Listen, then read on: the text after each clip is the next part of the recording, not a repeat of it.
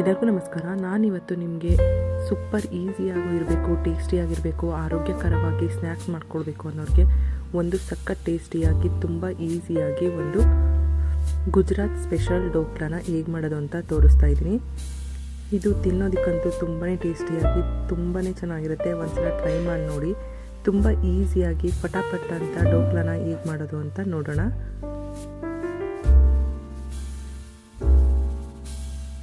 ಮೊದಲು ಇಲ್ಲಿ ಒಂದು ಬೌಲ್ಗೆ 2 ಕಪ್ಪು ಕಡಲೆ ಹಿಟ್ಟು ತೊಗೊಂಡಿದ್ದೀನಿ.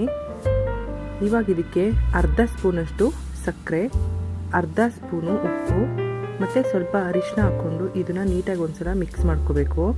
ಈ ಥರ ಡ್ರೈ ಪೌಡರ್ನೇ ಮಿಕ್ಸ್ ಮಾಡಿಕೊಂಡ್ರೆ ನೀಟಾಗಿ ಎಲ್ಲ ಕಡೆ ಹೊಂದ್ಕೊಳ್ಳುತ್ತೆ. ಅದಕ್ಕೋಸ್ಕರ ಈ ಥರ ಒಂದ್ಸಲ ನೀಟಾಗಿ ಮಿಕ್ಸ್ ಮಾಡಿಕೊಂಡು ಇದಕ್ಕೆ 1 ಕಪ್ಪಷ್ಟು ನೀರು ಹಾಕ್ಕೊಂಡು ಇದನ್ನು ನೀಟಾಗಿ ಕಲಿಸ್ಕೋಬೇಕು. ಗಂಟು ಏನೂ ಇರಬಾರ್ದು, ಆ ಥರ ನೀಟಾಗಿ ಕಲಿಸ್ಕೋಬೇಕು. ತುಂಬ ಗಟ್ಟಿಗೂ ಕಲಿಸ್ಕೋಬಾರ್ದು, ತುಂಬ ತೆಳ್ಳಗೂ ಕಲಿಸ್ಕೋಬಾರ್ದು.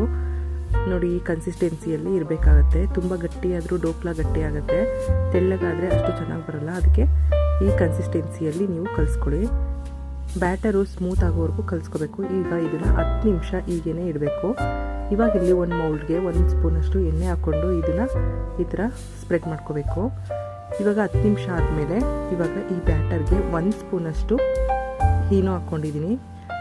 1 ಪ್ಯಾಕೆಟ್ ಈನೋ ಆದರೆ ಸಾಕು. 2 ಕಪ್ಪು ಕಡಲೆ ಹಿಟ್ಟಿಗೆ 1 ಪ್ಯಾಕೆಟ್ ಈನೋ ಆದರೆ ಸಾಕಾಗುತ್ತೆ. ಇವಾಗ ಇದನ್ನು ನೀಟಾಗಿ ಒಂದ್ಸಲ ಮಿಕ್ಸ್ ಮಾಡ್ಕೋಬೇಕು. ಈನೋ ಹಾಕಿದ್ಮೇಲೆ ಇದು ಮೇಲೆಲ್ಲ ಈ ಥರ ಫ್ಲಫಿ ಥರ ಬರುತ್ತೆ.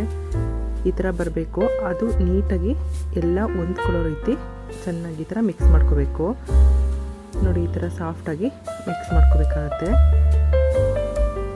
ಡೋಕ್ಲಾ ಗುಜರಾತಲ್ಲೆಲ್ಲ ತುಂಬಾ ಫೇಮಸ್ಸು, ಎಲ್ಲರೂ ಮಾಡ್ತಾರೆ. ಅಲ್ಲಿ ತುಂಬ ಚೆನ್ನಾಗಿರುತ್ತೆ. ಒಂದಿನಕ್ಕೆಲ್ಲ ಸ್ನ್ಯಾಕ್ಸ್ ಟೈಮಲ್ಲಿ ಆರೋಗ್ಯಕರವಾಗಿ ನಾವು ಸ್ನ್ಯಾಕ್ಸ್ ತಿನ್ನಬೇಕು ಅಂದಾಗ ಇದನ್ನು ಒಂದ್ಸಲ ಟ್ರೈ ಮಾಡಿ ನೋಡಿ. ಇವಾಗ ಇದನ್ನು ಮೌಲ್ಡ್ಗೆ ಟ್ರಾನ್ಸ್ಫರ್ ಮಾಡ್ಕೋಬೇಕು. ತುಂಬ ಈಸಿಯಾಗಿ ಕಡಿಮೆ ಇಂಗ್ರೀಡಿಯೆಂಟ್ಸಲ್ಲಿ ಮನೆಯಲ್ಲೇ ಇರೋ ಇಂಗ್ರೀಡಿಯೆಂಟ್ಸ್ನ ಯೂಸ್ ಮಾಡಿಕೊಂಡು ಫಟಾಫಟ್ ಅಂತ ಮಾಡ್ಕೋಬೋದು. ಇವಾಗ ಇಲ್ಲಿ ಒಂದು ಸ್ಟೀಮರ್ ಇದ್ದರೆ ಸ್ಟೀಮರು ಅಥವಾ ಒಂದು ಬಾಣಲೆಗೆ ಈ ಥರ 1 ಕಪ್ಪಷ್ಟು ನೀರು ಹಾಕ್ಕೊಂಡು ಇದನ್ನು ಬಾಯ್ಲ್ ಆಗೋಕ್ಕೆ ಬಿಡಬೇಕು.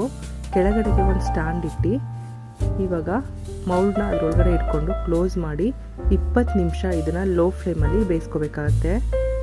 ಕಡಲೆ ಹಿಟ್ಟೆಲ್ಲ ಒಳಗಡೆ ನೀಟಾಗಿ ಬೇಯಬೇಕು ಅಂದರೆ ಲೋ ಫ್ಲೇಮಲ್ಲಿ ಇಟ್ಕೊಂಡು 20 ನಿಮಿಷ ಬೇಯಿಸ್ಕೊಂಡ್ರೆ ಸಾಕು. ಇವಾಗ ಒಂದು ಟೂತ್ ಪಿಕ್ಕಿಂದ ನೋಡಿದ್ರೆ ಇದು ಅಂಟ್ಕೋಬಾರ್ದು, ಆ ಥರ ಆಗಿದ್ರೆ ಇದಾಗಿರುತ್ತೆ. ಇವಾಗ ಇದನ್ನು ಎತ್ತಿಟ್ಕೊಂಡು 10 ನಿಮಿಷ ಇದು ಪೂರ್ತಿ ಕಂಪ್ಲೀಟಾಗಿ ತಣ್ಣಗಾಗೋವರೆಗೂ ಬಿಡಬೇಕು. ಅಷ್ಟರಲ್ಲಿ ಇದಕ್ಕೆ ಒಗ್ಗರಣೆನ ರೆಡಿ ಮಾಡ್ಕೊಳ್ಳೋಣ.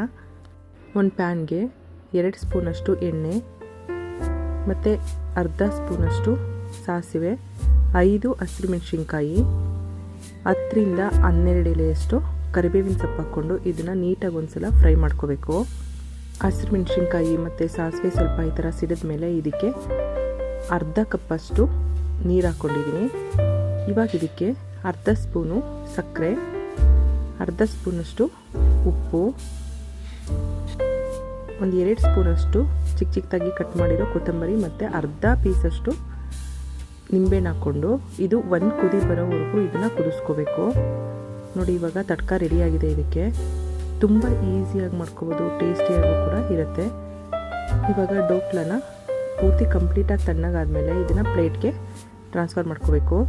ನೋಡಿ, ಎಷ್ಟು ಈಸಿಯಾಗಿ ಬರುತ್ತೆ, ತುಂಬಾ ಚೆನ್ನಾಗಿ ಬರುತ್ತೆ. ಅಂಟ್ಕೊಳ್ಳೋದು ಇಲ್ಲ, ತುಂಬ ಕೇಕ್ ಥರ ಅಷ್ಟು ಚೆನ್ನಾಗಿ ಬರುತ್ತೆ. ನೋಡಿ, ತುಂಬ ಸಾಫ್ಟಾಗೂ ಕೂಡ ಇರುತ್ತೆ. ಸ್ಪಾಂಜಿಯಾಗಿ ಸಾಫ್ಟಾಗಿ ತುಂಬಾ ಚೆನ್ನಾಗಿ ಬಂದಿದೆ. ಇವಾಗ ಇದನ್ನು ಪೀಸಸ್ ಆಗಿ ಕಟ್ ಮಾಡ್ಕೋಬೇಕು. ನೋಡಿ, ಈ ಥರ ಚಿಕ್ಕದಾಗಿ ಪೀಸಸ್ ಮಾಡ್ಕೋಬೇಕು. ನಿಮಗೆ ಯಾವ ಶೇಪಲ್ಲಿ ಬೇಕೋ ಆ ಶೇಪಲ್ಲಿ ಕಟ್ ಮಾಡ್ಕೋಬೋದು. ಇದನ್ನು ಸಂಜೆ ಟೀ ಟೈಮಲ್ಲಿ ಮತ್ತು ಕೆಲವೊಬ್ಬರು ಬೆಳಿಗ್ಗೆ ತಿಂಡಿಗೂ ಕೂಡ ಮಾಡ್ಕೋತಾರೆ.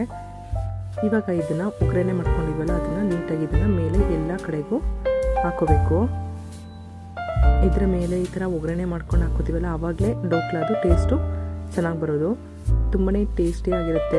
ಸಂಜೆ ಟೀ ಟೈಮ್ಗೆ, ಬ್ರೇಕ್ಫಾಸ್ಟ್ಗೆ ನಿಮಗೆ ಯಾವಾಗ ಫ್ರೀ ಇರ್ತೀರೋ ಆವಾಗ ಕೂಡ ಮಾಡ್ಕೋಬೋದು. ಇದ್ರ ಮೇಲೆ ಸ್ವಲ್ಪ ತೆಂಗಿನ ತುರಿ ಹಾಕ್ಕೊಂಡ್ರೆ ನೋಡೋದಕ್ಕೂ ಚೆನ್ನಾಗಿರುತ್ತೆ, ತಿನ್ನೋದಕ್ಕೂ ಚೆನ್ನಾಗಿರುತ್ತೆ. ನೋಡಿ, ಸಖತ್ ಟೇಸ್ಟಿಯಾಗಿ ಸಾಫ್ಟ್ ಆ್ಯಂಡ್ ಸ್ಪಾಂಜಿಯಾಗಿ ಗುಜರಾತಿ ಸ್ಪೆಷಲ್ ಡೋಕ್ಲಾ ರೆಡಿಯಾಗಿದೆ. ನೀವು ಕೂಡ ಒಂದ್ಸಲ ಟ್ರೈ ಮಾಡಿ ನೋಡಿ, ತುಂಬಾ ಚೆನ್ನಾಗಿರುತ್ತೆ. ನಿಮಗೂ ಇವತ್ತಿನ ವಿಡಿಯೋ ಇಷ್ಟ ಆಯಿತು ಅಂದರೆ ಪ್ಲೀಸ್ ನಮ್ಮ ಚಾನಲ್ನ ಲೈಕ್ ಮಾಡಿ, ಶೇರ್ ಮಾಡಿ ಮತ್ತು ಸಬ್ಸ್ಕ್ರೈಬ್ ಮಾಡ್ಕೊಳ್ಳಿ. Thank you.